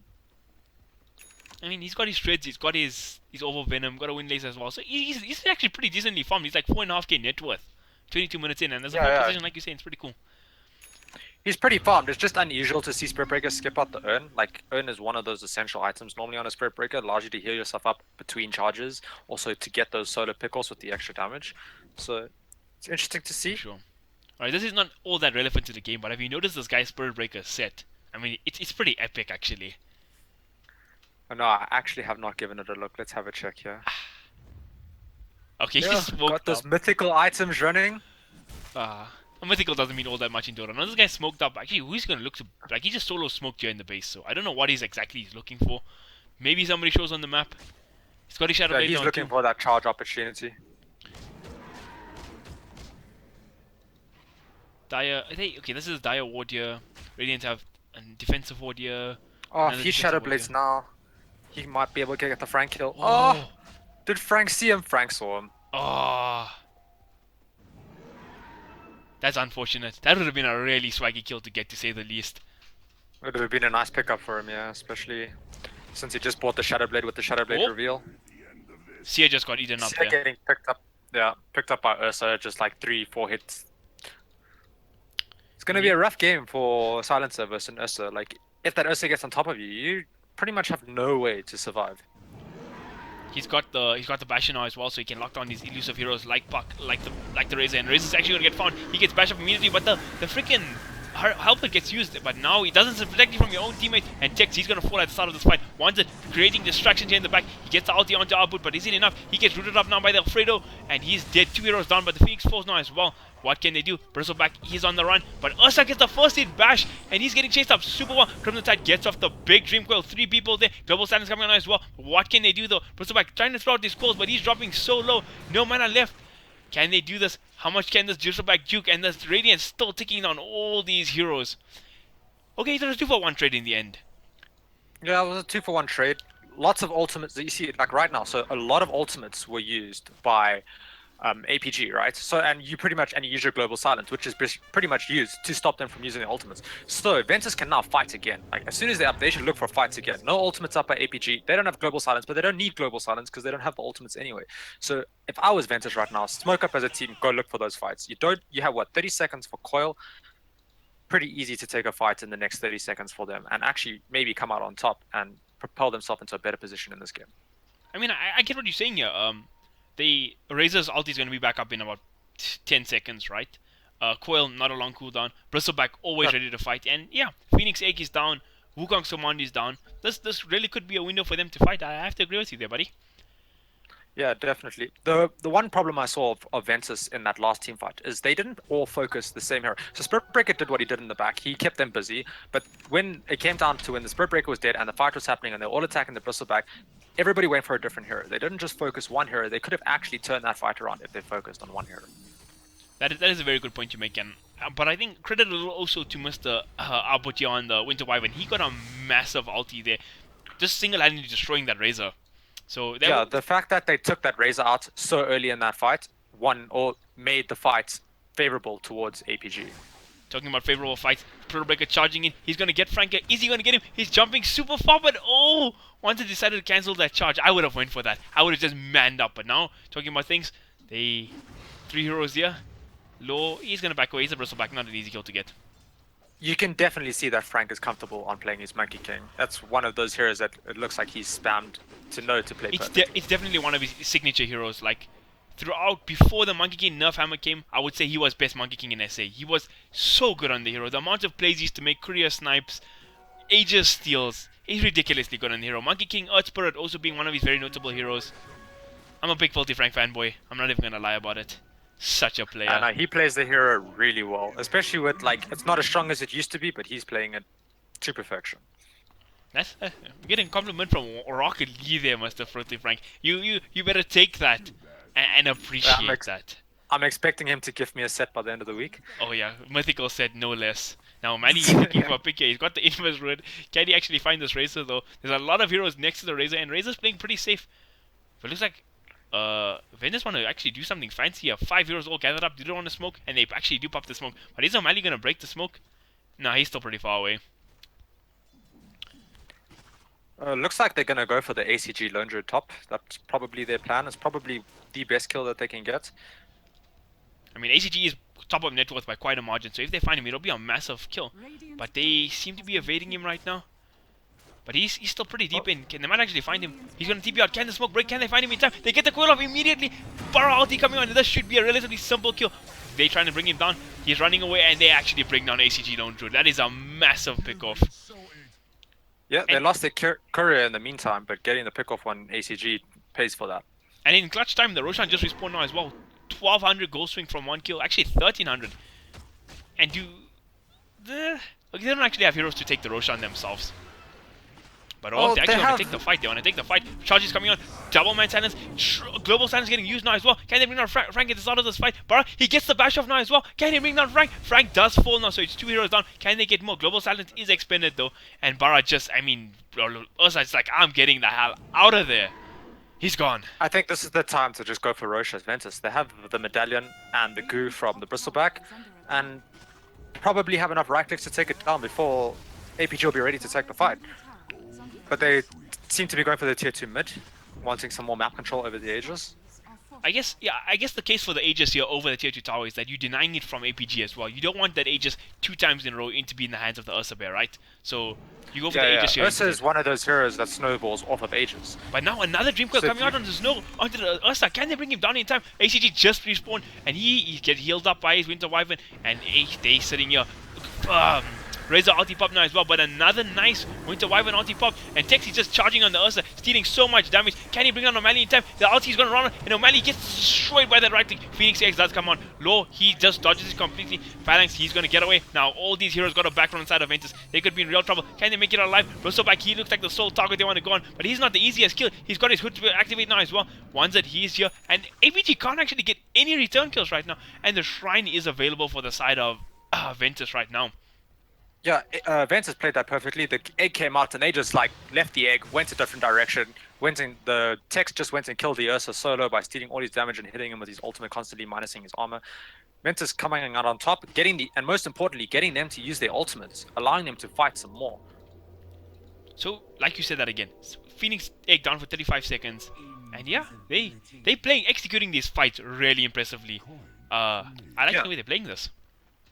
Compared to the first game, Ventus are playing this much better. They are actually, this is like right now is the APG timing of their heroes. This is when they want to be taking towers, taking fights and stuff. And the fact that Ventus is coming on top or at least trading even is good. And now, plays coming out from Filthy from Wanted here again. He gets healed up in the clutch of time, and Wanted could be the casualty. Filthy Frank almost dropping though, and Tex, he steals 98 damage, but is it enough to get any more? And Frank, he could be in trouble, and Phalanx, he gets silenced up. Double man coil coming out, but it actually hits onto the bear, but another massive freaking Winter's Curse coming out from our boot, and now Root comes out, he hits onto Tex, and the Root doing so much. Can Law bring down the bear in time? But no, Tex falls. 3 kills going the way of ABG, and oh man, our boot just playing too well in these fights. Yeah, they had the items and they just kited Ventus. Going on the Phoenix who had the Yules, if you didn't burst him before that Yules, that fight just became a disaster afterwards. And I feel like the Global Silence came out just like half a second too late after because the Winter's Curse got dropped just before that too. Yeah, the Winter's Curse completely just shut down that whole fight for them. And now they're getting the Roshan. Yeah, so it's 3 kills plus Roshan now going down. So this game is just like, it's been in a matter of seconds actually. Yeah, it just swung straight into APG's favor, especially now Roshan, it's the second Roshan, so they get the cheese. And Lodred actually built a hood of him for himself This is a build Admiral Bulldog used to like quite some, but he used to go with the pipe after the Radiance, instead of something like a Vlad's. So yeah, interesting pickup. There's a fair amount of magical damage coming out from Ventus. You know, the whole puck, and then Razor has some magical damage, Silencer a little bit. So he just wants to tank up, make sure that he can't die, let his bear just constantly hits over and over again in the fights. For sure.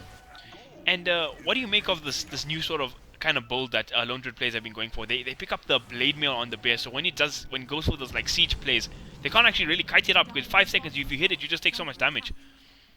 Yeah, it's one of those things that is really good, but the one thing that Ventus has against that is they don't have to hit the bear. They just steal the bear's damage, and what does it do to your tower? Oh, while we're talking about that, Ventus managed to bring down the Filthy Frank on the Monkey King. He got caught a little out of position, but the Tier 2 does fall anyway. Yeah, he just posted the little sorry for his team there, knowing that he made a little bit of a mistake. And Crimson side, he's looking for a pick off here as well. Can he actually solo kill this Wyvern? He's sitting at 1400 HP, and I don't think Wyvern has the gem. It's a good kill if he can get it, but I don't once see how he's charging in. He is charging in. Puck once is it is waiting charging, very they patiently. want There's this no gem. word here. They might actually be able to do this. Oh, but the Ursa scouts it out. Oh, that would have been a big kill. I like you said, with the gem available. Lone Druid still farming pretty comfortably. Okay, so he got the hood and he seems to be just going straight for the Maelstrom. He doesn't want to finish up the pipe, so it's just for a little more personal survivability for ACG. Yeah, because he seems to be staying a lot in his range form, like he's not going into his melee form, so he just wants to be a little bit more tanky. I mean, And looks like a Shiva's coming up for the Bristleback. oh, that's quite a nice purchase, as always, on any hero. I think actually Shiva's like one of the global items. Doesn't matter if you're Agi hero, Strength hero, whatever. You can just buy Shiva's Garden. It's like a good item. And it's especially good this game for kiting the Ursa and the bear. Very true. Very, very true. O'Malley, he's just going ham here. He's just charging these two heroes. He has no cares in the world. And yeah, he can actually do this. He's fine. He finished up a 10-second BKB now as well. So that is a very notable pickup. Especially against Puck. No Aghanims just yet. Looks like the Razor's building towards an AC. It's pretty interesting because most of the time you see Razors go for things like a Hood, a Shivas, all these things to allow him to just kite. But he's going straight for the AC. He's going more for a right-click build. AC does give you some survivability, but he's going for that speed and right-click. Yeah, well, he's been dishing out a decent amount of damage, and like you said, he has that bear to just like be that beacon of damage for him in these fights. So he's just damage leases the bear, and he's been doing a considerable amount of right-click damage, especially to O'Malley on this Ursa bear. He's been cutting up pretty damn well. Yeah, Razor's seen as an anti-carry, so if he manages to just steal all the bear's damage or all the Ursa's damage, it just takes the carry out of like the hands of APG, and just puts it on your Razor. Now O'Malley, he's sitting here waiting on the high ground. Our bot's gonna drop this ward. They're gonna see low, and they're actually gonna go jump on the Bristleback. He's got no cares in the world. He gets disarmed though. There's Halberd showing its worth. But O'Malley, he has comfortable to run away.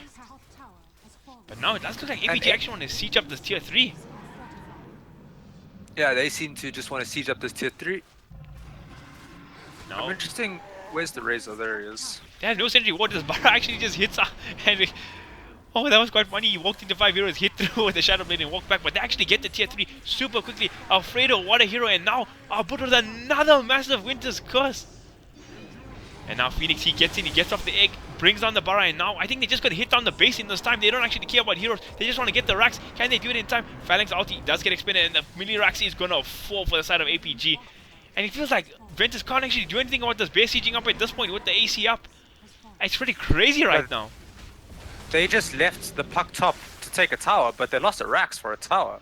And then Puck's TP gets cancelled. Puck can't even get back to base right now. Commits the Dream Quill. Does have buyback available. He's going to fall. Ursa's in trouble bottom. Ursa. The Aegis is expended now on the Ursa. But can they bring it on a second? But he's going to blink. Oh. Alright. Can he make it away? He's got the face boots now too. He still has the BKB in fact, so he should be relatively okay. You can't outrun a Razor though, but they lost vision of him. ACG, yeah, he backed out as well. And yeah, like you said about the Puck, so okay, how do you think the Puck should have played it there? If he okay, so he gets the TC tower, his TP gets cancelled. You think he try like forces his death faster and then he buys back and tries to coil bottom, or just try to TP back faster? Like, I mean, the Puck doesn't do all that much damage to a tower. Like, what is he really trading there?